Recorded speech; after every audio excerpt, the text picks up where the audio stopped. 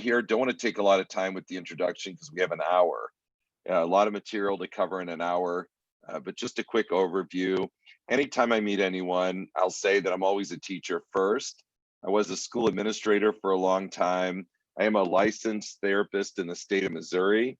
I do a lot of speaking. I have 2 books that came out, one this past May, just May. Maslow Before Bloom, that's the book. The previous January 2019, whatever it takes, came out. I teach 2 university courses, and through all my efforts, myself, my wife, the other folks that work with me, we're on a mission to positively impact 100,000 educators and at least 1 million students. Bottom left, most valuable professional development is my professional development company. In the middle is a therapy practice that I work for here in St. Louis. We have a team of 4 clinicians. Bottom right is the nonprofit that me, my wife, and a dozen or so of our friends started. We get about 300 or 400 schools a year to apply. Our board picks between 1 and 4, and we are partners with them for at least a year. So exciting stuff there.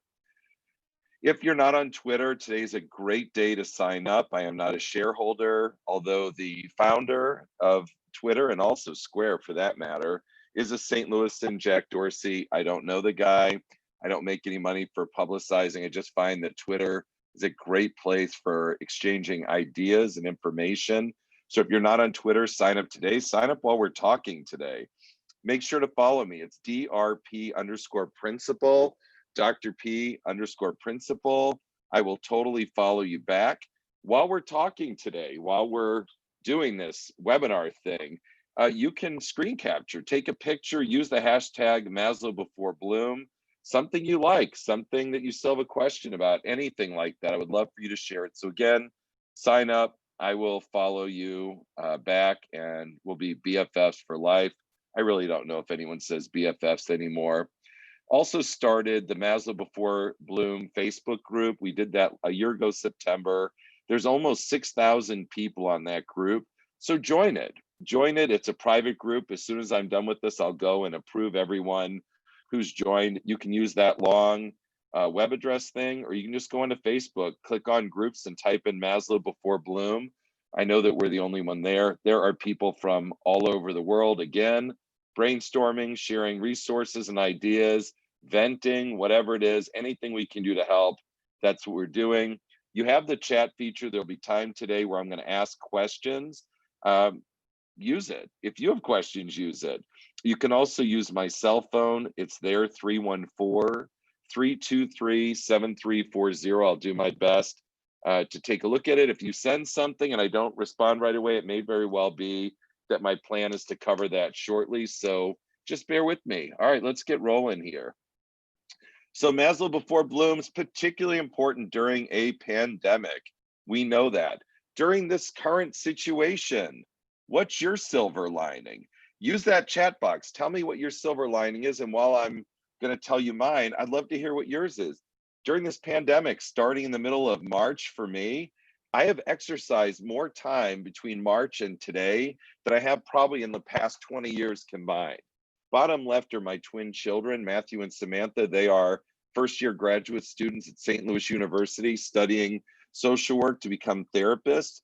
I had about 50 trips that were scheduled between March and now that I would have had to leave for a day and a half, 2 days, all over the country. And as much as I enjoy doing that, I've gotten the gift of time with my children because that's time I'm never going to get back. So as much as being in a pandemic is awful, it's horrible, it's terrible, people are sick, people dying, economic things, etc., I've had time with my kids. When I think about this 5 years from now, working backwards, of course I'm going to remember all the negative, but I'm also going to remember the gift that I received. So that's part of my silver lining.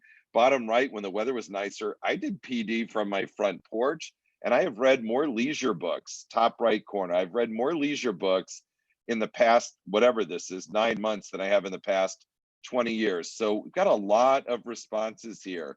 More time for self-care, slowing down, force the field of education to change from traditional teaching and strategies. That's awesome silver lining.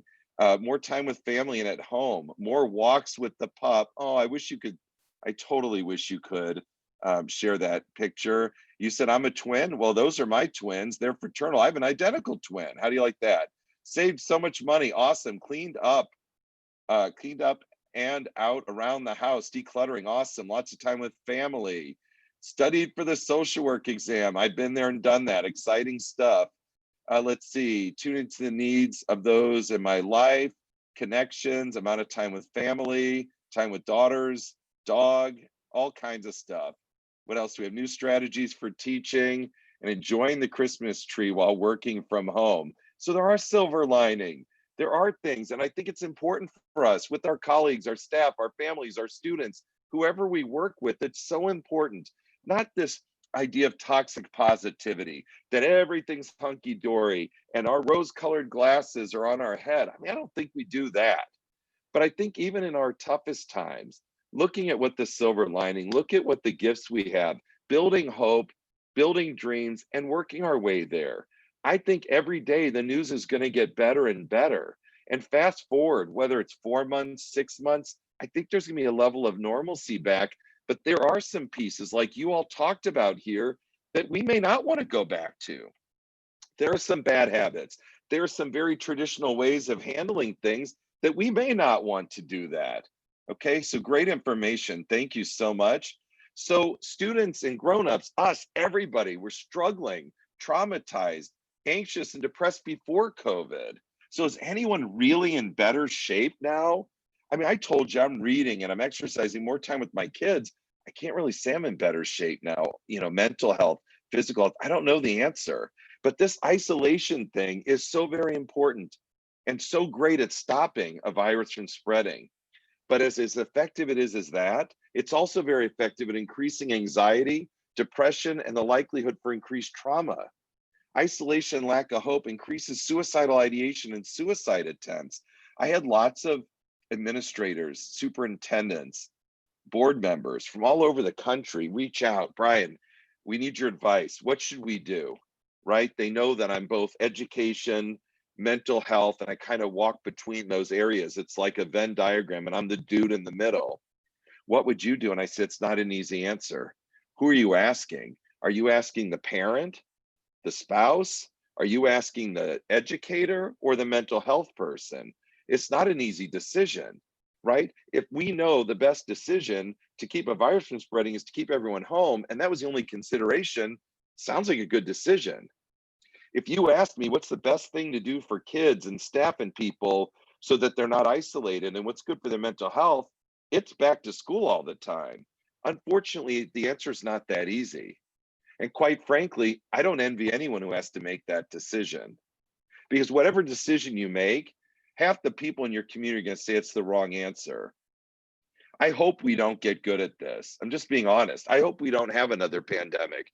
It's been the large one, very similar to this, is 100 years ago. I hope it's at least that long. I don't want to get proficient at doing this. So your students, staff, and colleagues, everybody needs you more than ever. And you may very well be the only lifeline to the outside world, whether you're in person, hybrid, or remote.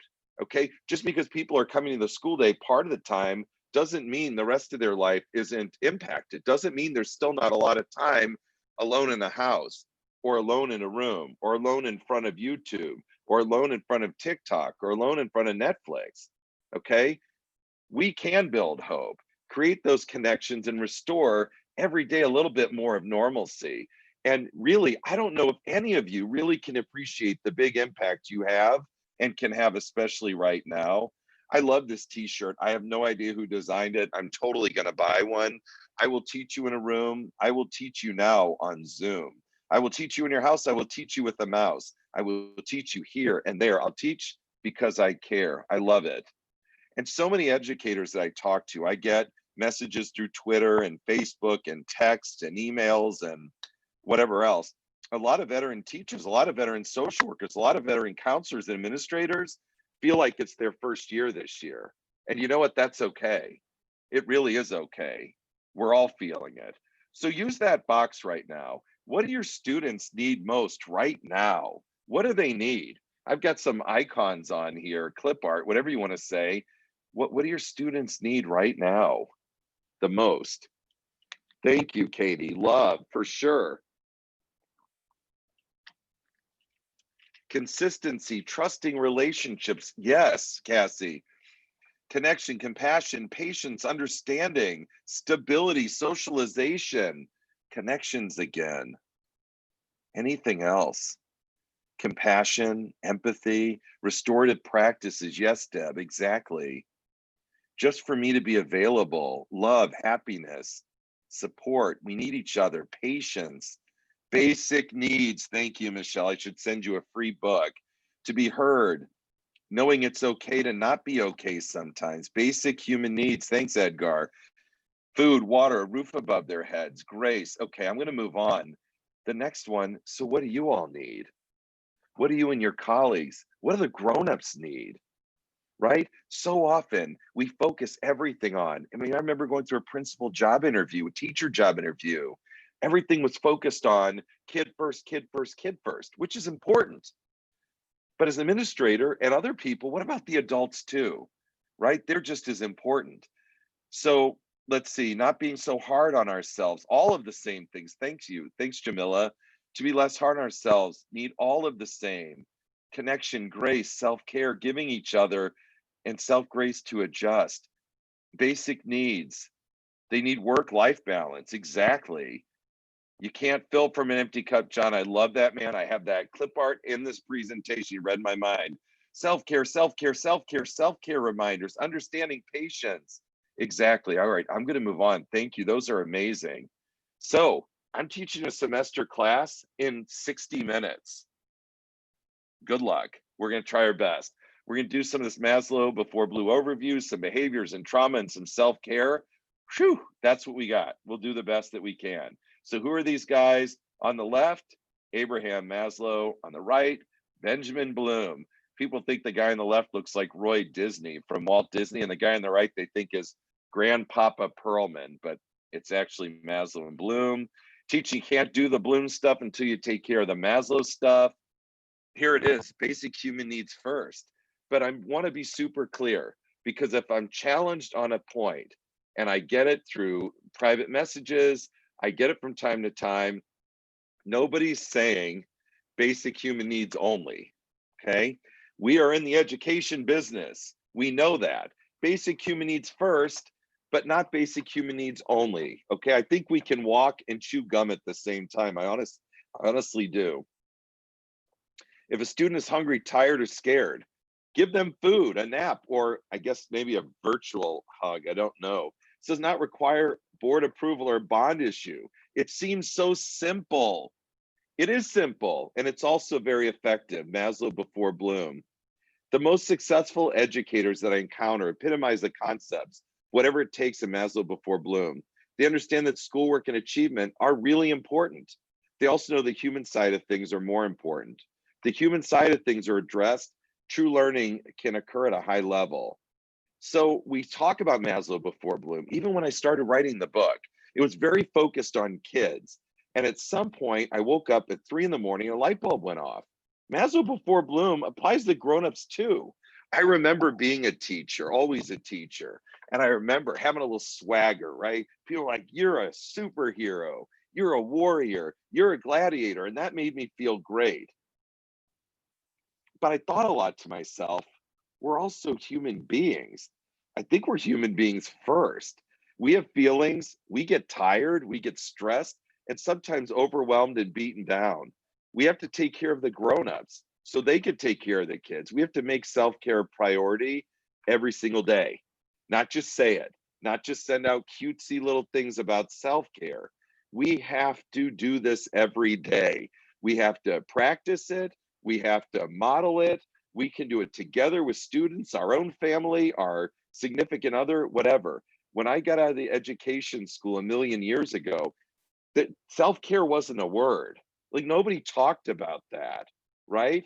You should be honored to get your first teaching job. When I was in the market first, there were way more candidates than there were jobs. It may still be that way. It was never about taking care of yourself. It's like getting a job, working yourself harder than the next person, getting in earlier, staying later, working on the weekends and evenings. And a lot of educators still do that. Okay. but it's trying to find that balance, trying to do that self-care. And I'm not suggesting that you're going to create hours in a day. You don't have them. Self-care can be done in 10 minutes. If you don't have 10 minutes at some point during your day, text and message me. We'll work together. Maybe I'll condense the self-care to 5 minutes. If I could get 5, I'll take it. So every kid is one caring adult away from being a success story. Josh Shipp said that. Okay. That's exactly why I became an educator. I wasn't as articulate as he is, but that was it. I wanted to be the caring adult, to be the difference for a kid. Okay. I've had caring adults throughout my life. All of us have. That's the difference. I had relatives who went to law school and medical school and, were on the path to be an entrepreneur and all that. None of that appealed to me. Or maybe it appealed to me, but nothing was a greater draw for me or tugged at me more than thinking about the difference I could make for other children, for children. Understanding why a kid is challenging is the first and most important part of helping them. Ross Greene, great author. Okay, get his books. They're, I think, probably $10 on Amazon now. You can't teach children to behave better by making them feel worse. When children feel better, they behave better. That's from Pam Leo. 100% true. So I want to share a quick story that we're going to get in the meat of this. We're going to blink our eyes and we're going to be done. So Brian's a new student at your school. Files received. It's really thick. Has a Post-it note on it saying good luck with this kid. Okay, just showed up. Your school's hybrid and file shows up and then the kid shows up. So here's what I want you to do. I was taught in teacher and principal schools that we don't make a diagnosis unless we're a doctor, psychiatrist, therapist, someone like that that's licensed to do that. But for today only, I want you, as I'm telling you this dude's story, I want you to tell me what mental health diagnosis could be present here, okay? Use that chat box. So a bit more about this Bryan guy. Bryan's file includes all of the following. Grandfather died last month unexpectedly. Recently diagnosed with severe asthma. Father lost his job recently. In the nurse's office frequently. Easily distracted, appears bored and often off task. Poor penmanship, if anyone even says that anymore, and writing skills. Below grade level in reading, not meeting potential. Difficulty sitting still. Free and reduced lunch program. 2 grade levels ahead in mathematics. Highest math score in district. That's weird. Qualified for the gifted program at a previous school. Huh. Question mark. Don't know why that's there. 4 schools in the past 6 years. Previous schools in Boston, Tampa, New York, and Ohio. Both parents work long hours. Difficult to reach by phone. Loves talking about sports and enjoys PE and recess. Favorite sport is tennis. All right, fire away, friends. What's the mental health diagnosis? I got anxiety. We got anxiety, depression, perhaps autism spectrum disorder, trauma, ADHD and anxiety, adjustment disorder. What else you got, man? You guys are good. PTSD, dyslexia. I want to hire all of you. Okay, I'm going to hire all of you. You guys are amazing. Learning disability. What else? Maybe he just needed some love. Thank you, Daniela. Great answer. All of them are great answers. Trauma, ADHD, family stressor. Absolutely. So while you're doing this now, use that chat box again and tell me, what are you going to do with this kid?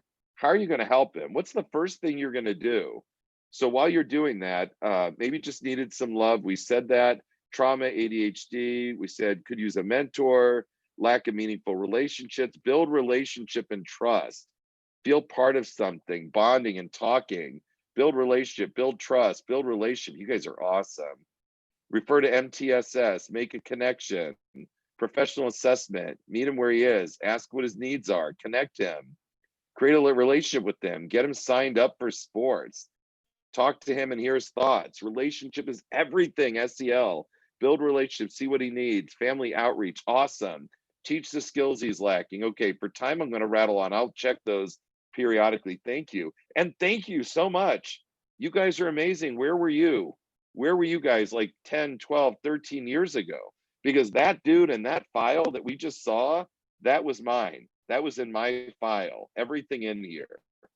This is exactly why I do Maslow Before Bloom, whatever it takes. why we're committed in all of the work we do to positively impact 100,000 educators and at least 1 million students, okay? When I got my first teaching job, my mom mailed me the night, arrived literally the night or the weekend before my first day. And it was my file, like my file from my K-12 education. And I remember opening it, and my mom wrote a note like, let's not forget this, or let's make a difference. Okay, let's do better. And in there, in my second grade report card, I think it was second grade, there was a comment that said, Bryan isn't college material. I think this person has since passed, or I would like to go back and ask if their crystal ball was broken, right? Like, how could you possibly know that with an 8 or 9-year-old? Okay. I truly hated school, K through 12. And if it wasn't for the fact that there was sports and there was math, and at some schools they had a really robust gifted program, I would have dropped out the first chance I could have. Okay. And others are commenting that they've had people like that too. I'm not bitter. I hold no animosity. I'm not angry. I actually think people did the best that they knew how to at that time. Today, we know way better than that.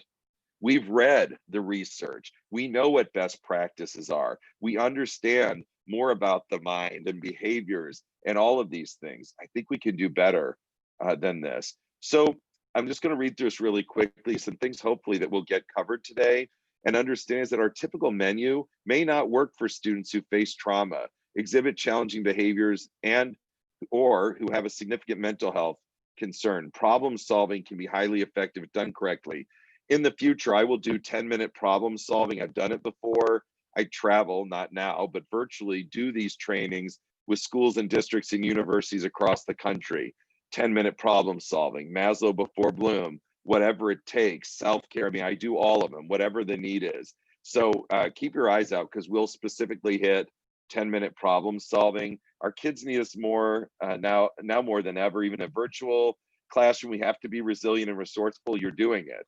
Flexible and forgiving. We need to build a community and build relationships, especially if we're in a virtual environment. We're all in it together. Teamwork makes the dream work. Our kids and families and ourselves need empathy and compassion.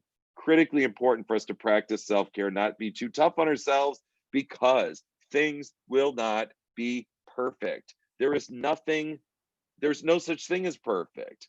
Okay? Give yourself a break.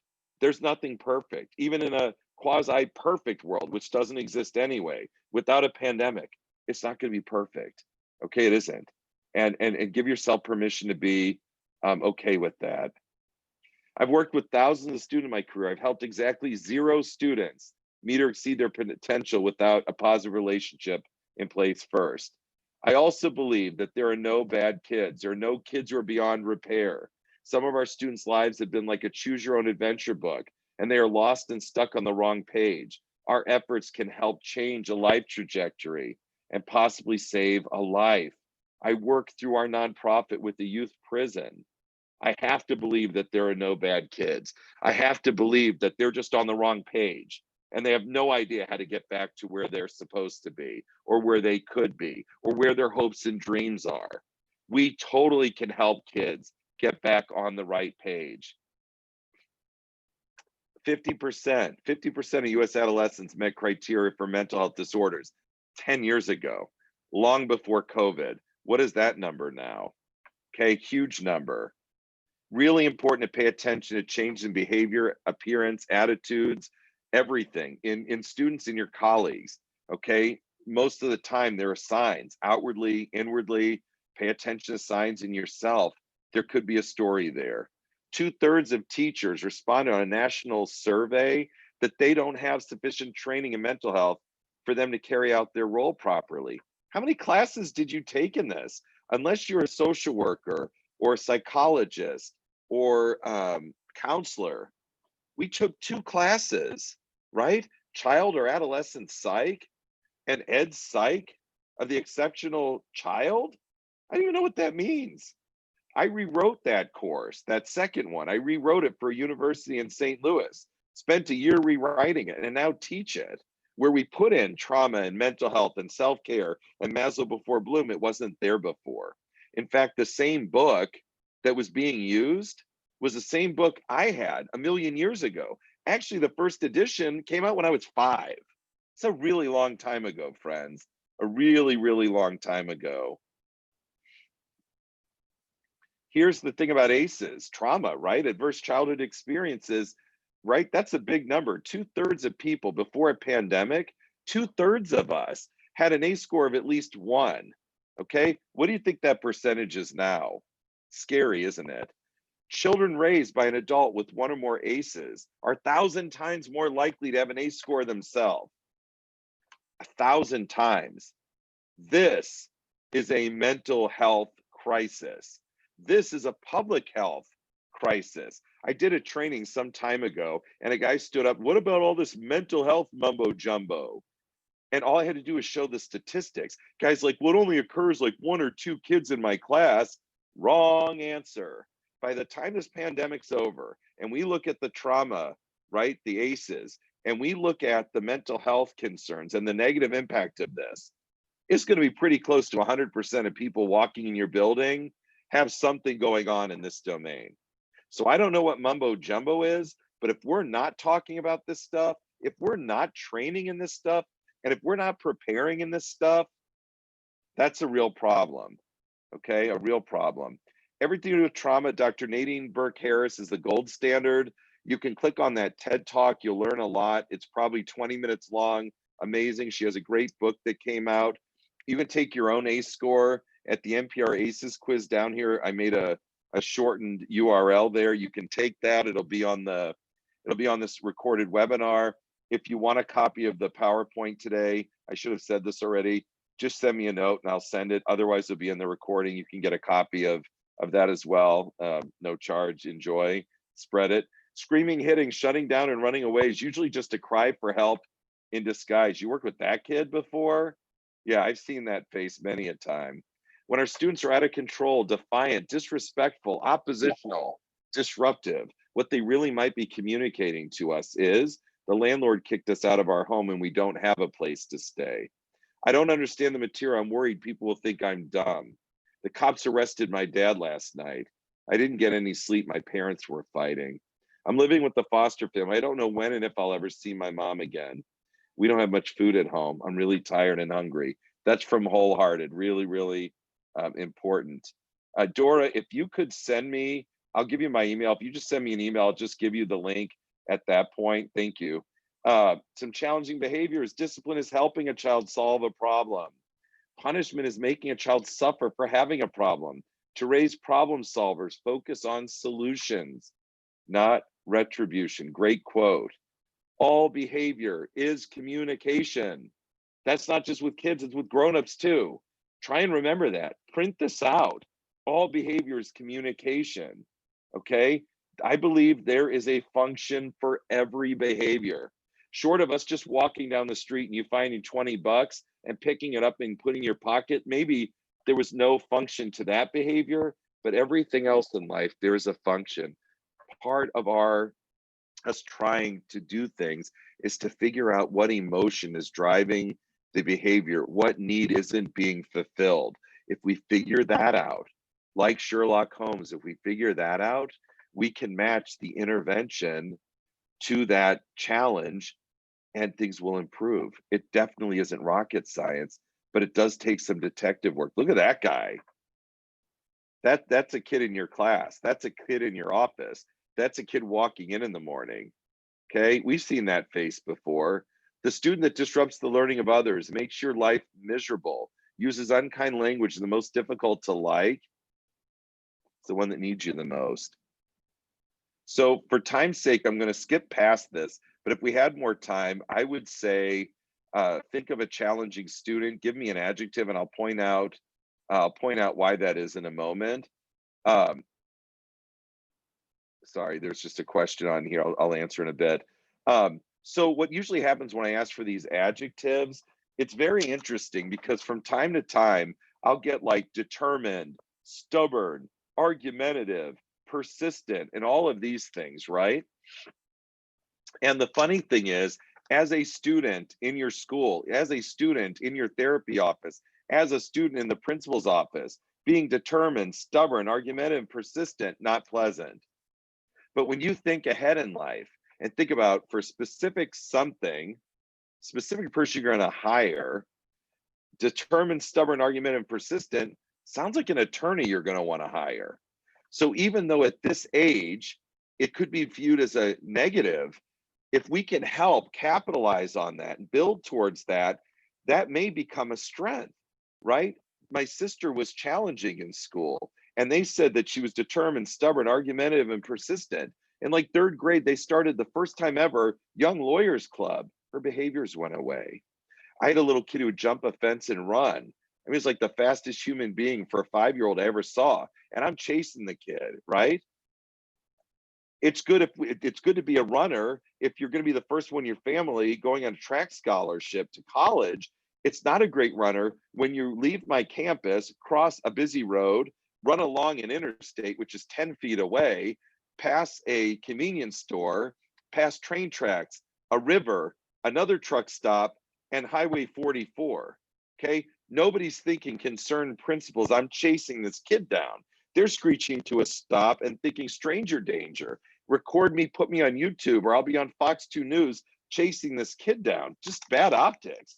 Okay. But turning that into having conversations, building in breaks during the day, having volunteers run with this kid on our track instead of running towards the interstate. Again, true story. First kid in their family going to college and going on a track and field scholarship. And it started at 5 years old, running away from school and the principal. A lot of our kids that struggle, this is from Stuart Ablin and Ross Green, a lot of kids that struggle with behaviors, we should think of it as a learning disability in behaviors. They struggle in 3 key areas: flexibility, frustration tolerance, and problem solving. Think about a kid yourself. When they're upset, how flexible are they? How able are they to tolerate frustration? And what do their problem solving skills look like?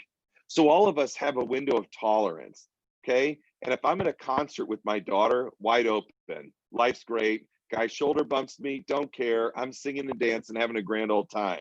A guy spills a beer in my crotch, which because I've got these long legs, tripped over me, and the bush light ended up right in my crotch, but I didn't care. I'm having a great time with my daughter singing and dancing. The power goes out for 5 minutes in the middle of the Imagine Dragons concert. Just don't care. Starts raining, don't care. Okay. So what happens when you're experiencing a big emotion, it slams that window closed. And for some of our kids, we may wake up and some of our staff with very little wiggle room, or it's already closed. So when we're experiencing one of these big emotions, we're out of the part of the brain that's responsible for critical thinking and reasoning and problem solving and communicating, right? So what happens when you're dealing with anger, agitation, stress, frustration, fear, anxiety, depression? This is a problem. It doesn't only impact those things, but impacts your sleep, your appetite, your outlook on life, your attitude, your relationships, your performance, etc. You're getting cortisol and you're getting adrenaline and you're getting all this garbage pumped into your veins. Okay, it's very hard to think clearly. You're not really accessing, having a good Maslow place before you're supposed to be learning. Okay, it's not a good place to be in. So what do we do? And again, I travel 4 times a year to Alaska, and I work with schools there. And I like having adrenaline when a bear's chasing me, though people have told me you really shouldn't run from a bear. So let's just say I'm running from a mountain lion. I think you are supposed to run from them, but I don't know. Adrenaline's great. Everything shuts down except for survival, heartbeat, right? Breathing. You're laser focused on survival. Great when you're running from a mountain lion or a bear. Not so great when you're in the classroom trying to learn. Not so great when the class is moving towards specials and you're locked up. Not so good when you're trying to help someone with therapy or have any conversation. Not a good place. Some of our kids are walking around on adrenaline all the time. It's like a car driving 150 miles an hour all the time. Eventually, it's going to break down. It's terrible. Self-care is the key. We can do it. We can model it. We can teach others. Do it together. Life's like an airplane. You have to put your own oxygen mask on first. Educators are the worst at this. Being a great teacher doesn't mean neglecting your health, wellness, or family. You can't help others if you don't take care of yourself. Self-care is the key to being a great teacher for the long haul. Self-care doesn't make you selfish. Makes you self-aware, self-balancing, self-discovered, self-healing, helping, motivated, preserving, and sustaining.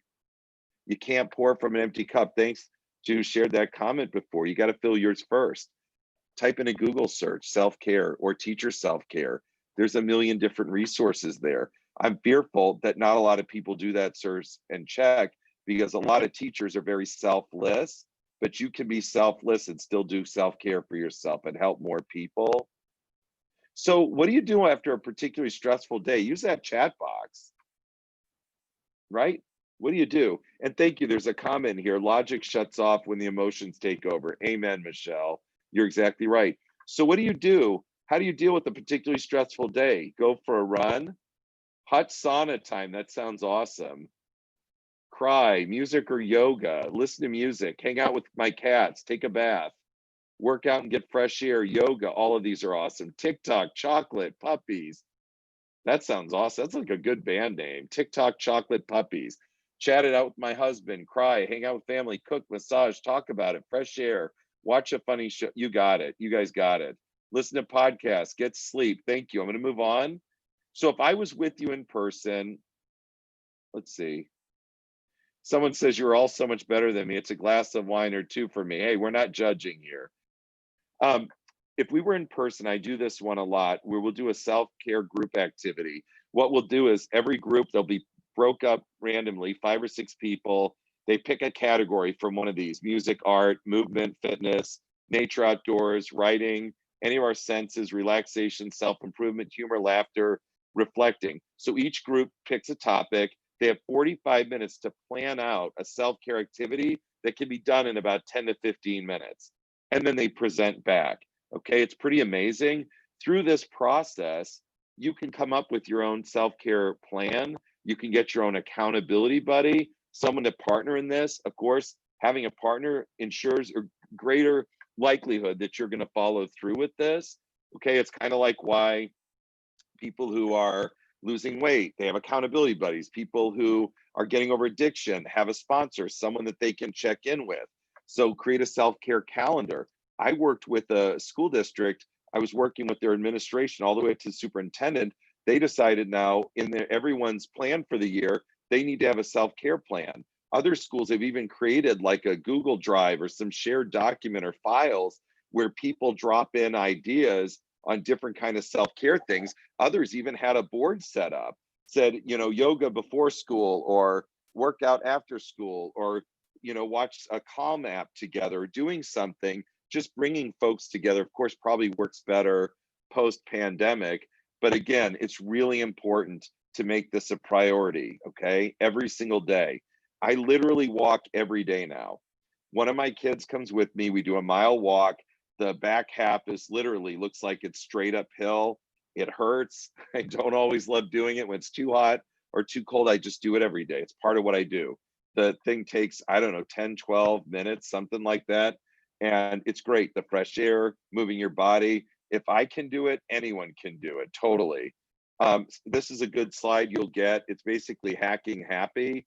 How to release dopamine by completing a task, self-care, eating rich foods, celebrating little wins, serotonin, mood stabilizer, meditating, running, sun exposure, walking in nature, swimming and cycling, oxytocin, the love hormone, playing with the dog, a baby, holding hands, hugging, virtually hugging, I guess, giving compliments, endorphin, painkiller, laughter exercise, essential oils, watching a comedy, dark chocolate, exercising.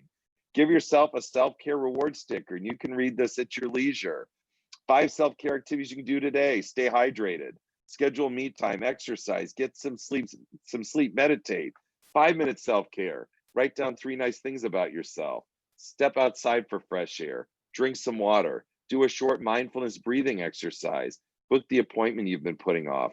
Listen to a song that makes you happy. For me, it's anything from like U2, Imagine Dragons. Sometimes I listen to Tupac and AC/DC and other things. Why don't you drop in the box and use the chat? Tell me what your jamming music is to relax.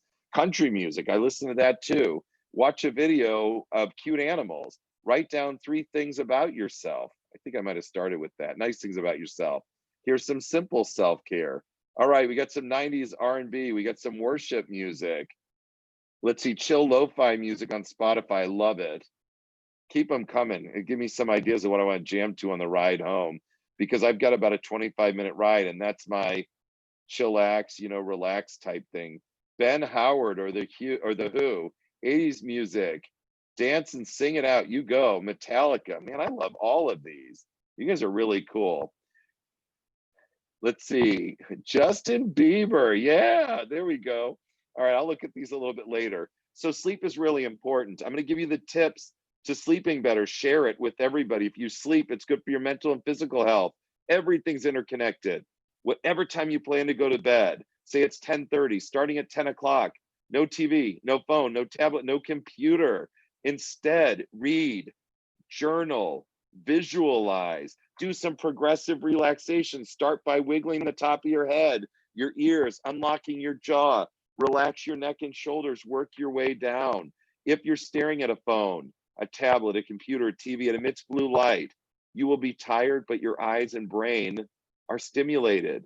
Also, cut off news consumption at about at dinner time, 6 or 7 o'clock, because the news is generally not good lately. Okay, do these things. If you wake up in the middle of the night, repeat, get out a book, write some more, unpack. You will fall back asleep. A mistake we make is we just keep staring at that clock, and now it's 2:30, now it's 3, now it's 3:30. Don't do that.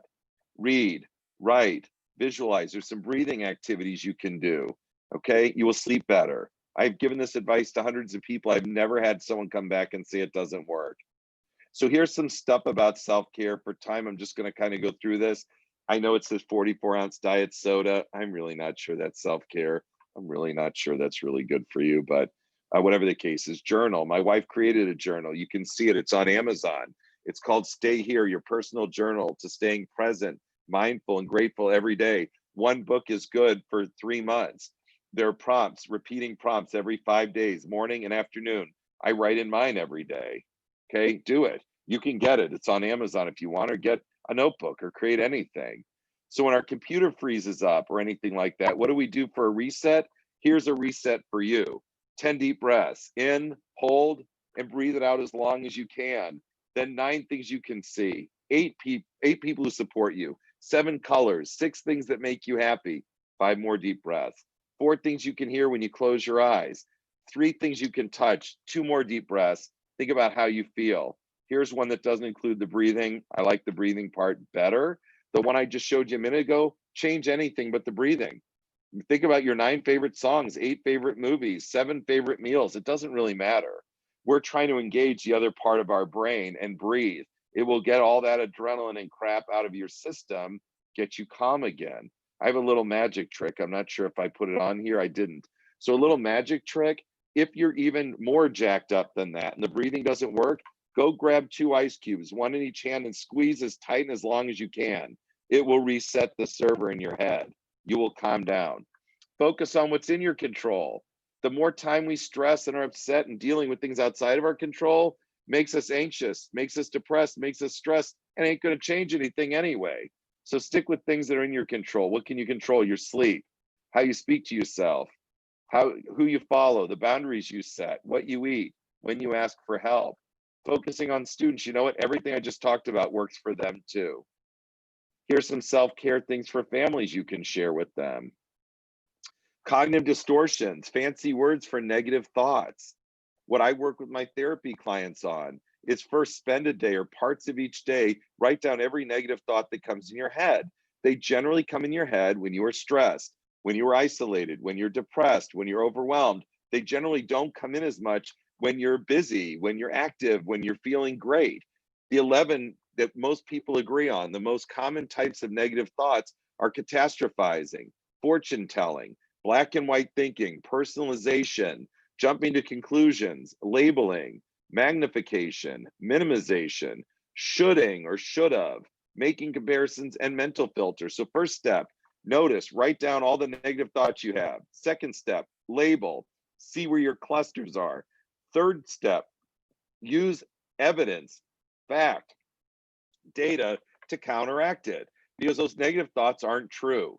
Cognitive distortion, it's distorted thinking. This will help reduce anxiety, and anxiety is the first cousin of depression. So we do not want any of that. I will say everyone has anxiety. Anxiety is how I remember to show up here on time or to set my alarm.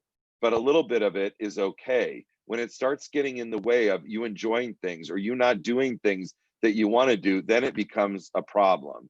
Okay? Be great if kids had take what you need and it was just on their forehead what they need or what emotions driving the behavior. Here's some things students can do to boost their mental health. You can read that at your leisure. I love this, a mental health check-in for kids or staff. If they don't feel like talking, use the colored heart symbol.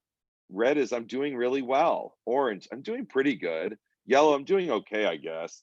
Green, I'm starting to struggle. Blue, I'm having a really hard time. Purple, I need to reach out for support. Same thing with checking your battery. I'm feeling great, I'm feeling good, I'm feeling okay, meh, struggling, I'm empty. And there's suggestions on what you can do when your battery is at that level. That's from Blessing Manifesting. It's awesome. I love that. Here's some things. Take this sheet, and when you're having a student, when they calm down, ask them about their warning signs, what their body's telling them before they experience that big emotion like anger. I start to feel dizzy. I feel like crying. I get a headache. It's hard to breathe. My heart beats faster. I'm sweating. I clench my fist. My chest feels tight. My whole body feels hot. My body starts to shake. My muscles hurt and I huff and puff. Once they start identifying that, they can look for that first sign. Like when a car's going 10 miles an hour, they can stop, slow down, or change course. When they're looking like that dude in the middle and they're going 100 miles an hour, it's not so easy to slow down, stop, or change course. Kids can learn this. Create a calm down plan for them. Okay, work on it. What do you need? How can I help and what do you need right now? I can see that you're starting to get upset. Ask those questions. Here's some feeling angry, a checklist for young people, what they can do when they're feeling that. Again, that's from Wholehearted. I borrowed this from Pinterest. I can cool off by. Have a kid make one of these. Have all of your students make them, right? Or people that you work with. And they can just rip off the tab or put something on there so you know what it is that they need, especially when they're experiencing that big emotion. Window of tolerance is closed. Adrenaline's coming in the system. They're not using logic and problem solving and reasoning and communication skills. They can do this without saying a word. Children learn what they live. If a child lives with criticism, they learn to condemn. Hostility, they learn to fight. Ridicule, they learn to be shy. Shame, they learn to feel guilty. Tolerance, they learn to be patient. Encouragement, they learn confidence. Praise, they learn to appreciate. Fairness, they learn justice. Security, they learn to have faith. Approval, they learn to like themselves. Acceptance and friendship, they learn to find love in the world. If a child can do advanced math, speak 3 languages, or receive top grades, but can't manage their emotions, practice conflict resolution, or handle stress, none of that stuff's really going to matter. So here's what we started with. Typical menu may not, it says note, may not work for students who face trauma, exhibit challenging behaviors, and or have a significant mental health concern. Problem solving can be highly effective. Kids need us now more than ever. They need resilience, resourcefulness, flexible, forgiving. We have to be building the community and relationships, especially in virtual. We're all in this together. Teamwork makes the dream work, and it's okay to ask for help. Please ask for help if you need it. Our kids and their families need empathy and compassion. Critically important for us to practice self-care and to not be too tough on ourselves. Things will not be perfect, and that is okay. So I'm going to start fielding any questions you have while I say, please sign up for Twitter. Again, Dr. P, DRP_principal. I'll follow you back. Do it. We'll be BFS for life. Please join that Facebook group, the Maslow Before Bloom. You can find it at that URL, or you can go to groups, type in Maslow Before Bloom. You'll find it. We are planning, assuming the world is safe to travel, the venue's open, and everything's hunky-dory. By July 24th through 25th, we are having the first annual Maslow Before Bloom National Conference in St. Louis at Lindenwood University. Okay, we have some of the country's best speakers coming. You can go, it should be on here. You can go to maslowbeforebloom.com and look at the speakers that we have. and it's still growing. I'm actually working on one more speaker right now, who's referred to me, was on my wish list of my top 10, and I've just got amazing, and the rest of my top 10, they're all there. It's an amazing thing. You should totally plan to attend. Love to have you in St. Louis. Love my adopted home. I'm from Boston originally. Hide that accent for my Pawtucket friend and my Boston friend, and there's a few others in New England if you couldn't tell. Here's where you can get the PowerPoint, okay? It's right here. I'll leave this up on the screen. Please ask me any questions that you have. I saved about 8 minutes to answer questions. What have you got? And I'm just gonna look through this. Some comments here. Thank you, Jasmine.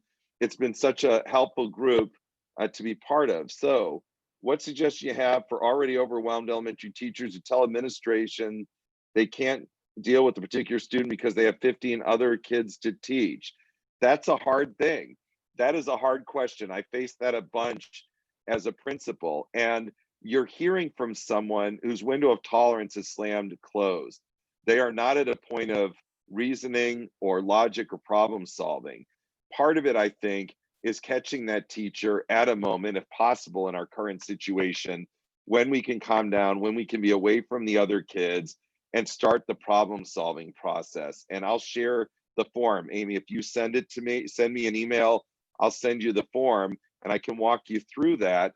And any little bit of help. It's literally like, and I get it as a teacher myself, it's like having an anchor, the weight of the world on your shoulders, and you can't think right because that kid's weighing you down. But if we can start incrementally reducing the behaviors and helping the situation, they'll start feeling better. We'll see success. It'll be more tolerable. That's what I would say is my best answer. Are we able to have PD for this? Yes. I do PD all over the country when it's safe to travel or virtually. I do 10-minute problem solving, Maslow Before Bloom, whatever it takes, self-care.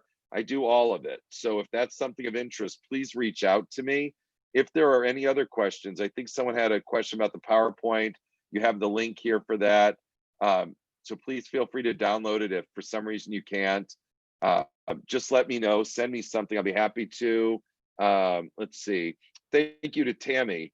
Thank you so much. I already follow you on Twitter and I'm on the Facebook group. I really want to convince other people around me to get on board with this line of thinking. Success breeds more success. I live in the show me state of Missouri. People see success, show me, they'll want to replicate that. I think it starts small. There are still people that are into punitive or into very traditional or have closed mindsets or really want to stick it to kids.